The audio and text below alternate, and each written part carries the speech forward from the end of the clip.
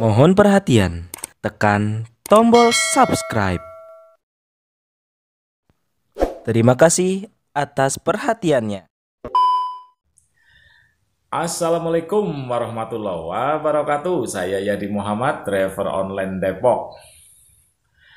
Berita mengenai corona bohong kembali viral di sosial media. Kali ini sejumlah temuan yang diunggah melalui sosial media, misalnya dari negara Italia yang melakukan otopsi terhadap jenazah yang dicurigai sebagai korban COVID-19, ternyata bukan sebagai korban corona, melainkan terpapar bakteri yang juga katanya mematikan. Terus netizen juga mengkaitkan atau mengunggah sekaitan dengan kerusuhan yang berbau rasis di Amerika. Netizen itu sampai mempertanyakan, kalau misalkan corona memang ada dan mematikan, orang yang sedang berdemo ribuan jumlahnya dan melakukan penjarahan yang tanpa jarak, kalau kita tunggu dalam waktu seminggu ada korban hingga ribuan jatuh terpapar oleh corona, baru netizen percaya bahwa memang corona itu dalam tanda petik ada. Memang para netizen itu bukan meragukan atau tidak mempercayai tentang keberadaan corona. Bahwa corona itu memang ada, virus itu ada. Cuman keberadaannya terlalu dibesar-besarkan atau dieksploitasi. Kita ini menjadi korban dari uh, dalam tanda petik kebohongan berita mengenai corona atau COVID-19. Kita bisa baca dari awal, ya kan. Andai bahwa corona ini menjadi virus yang mematikan, saya yakin rejim di tanah air pasti panik dan tidak menganggap enteng. Tapi rupanya kita amati bahwa ada para pemangku jabatan yang menganggap enteng tentang virus corona. Misalnya melalui kebijakan atau perintahnya agar bandara tetap dibuka. Pasar tetap dibuka. Pelabuhan dibuka. Yang ditutup cuma masjid kalau kita kembali ke soal masa lalu, ya kan? Jadi bahwa sebetulnya para pemangku jabatan di negeri ini tahu virus corona itu memang adalah virus biasa yang tidak terlalu mematikan. Bahwa penyebarannya sangat cepat, iya, betul. Tapi inilah yang kemudian dieksploitasi dalam kepentingan ekonomi oleh WHO sekaitan dengan penjualan vaksin. Nah, ini yang dicurigai juga oleh mantan Menkes kita, Ibu Siti Fadila Supari, yang dulu pernah meng-KO WHO dan menggagalkan pandemi flu burung. Berapa triliun WHO mengalami kerugian. Nah, kali ini pun Ibu Supari ini berjuang untuk meyakinkan bahwa memang virus corona itu bukan sesuatu yang harus menjadi momok, yang selalu menghantui. Karena virus corona itu statusnya sama dengan virus yang lain. Cuman memang penyebarannya sangat cepat. Itulah yang kemudian Ibu Siti Fadila ditangkap kembali dan dijebloskan. Nah, kalau kita amati lagi dan kita analisa, saya cuma mau tanya, apakah benar bahwa seseorang yang meninggal akibat terpapar COVID-19,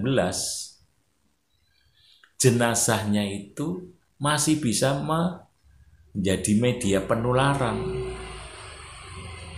Apakah betul bahwa orang yang meninggal akibat COVID, virusnya masih hidup dan masih bisa menular atau berpindah ke orang lain? Kalau setahu saya, ini sebagai orang biasa aja lah ya, penyakit yang sangat mematikan seperti TBC atau cancer pun kalau orang sudah meninggal, itu orang tidak ada keraguannya untuk menyentuh, memandikan, mengkafani, menyolatkan, terus kemudian mengkuburkan di tempat yang layak. Tidak seperti halnya perlakuan terhadap jenazah yang diduga korban COVID-19. Perlakuannya beda, tidak boleh disentuh, tidak dimandikan, tapi langsung dibungkus menggunakan, ada yang bilang ada yang menggunakan dengan plastik, terus dipetiin, dan yang lain-lain lah. Karena secara teknik saya kurang memahami itu. Yang jelas bahwa jenazah yang diduga terpapar COVID-19 memang dianggap masih berbahaya atau masih memiliki risiko untuk menularkan virus, sehingga tidak boleh disentuh. Apakah benar atau ada sesuatu misteri yang disembunyikan dari jenazah itu sekaitan dengan berita bohong corona yang sekarang lagi rame di sosial media? Nah, itu saya cuma mau tanya aja, itu benar nggak sih? Kalau benar ya monggo, terserah.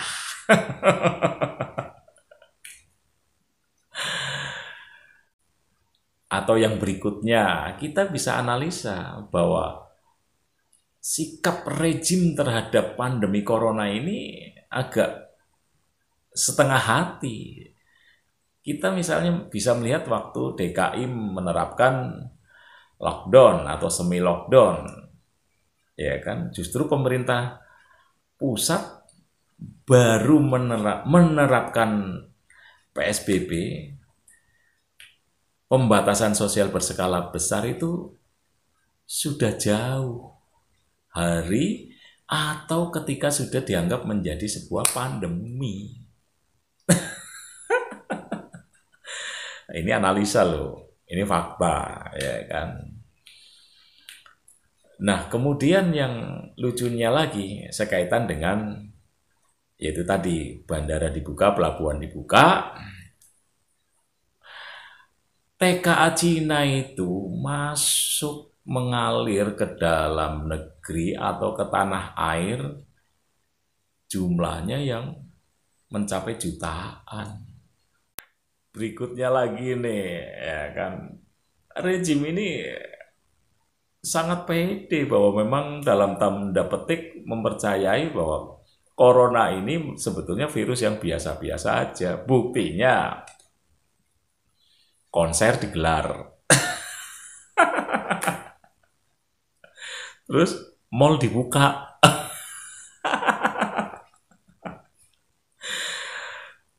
Astagfirullahaladzim.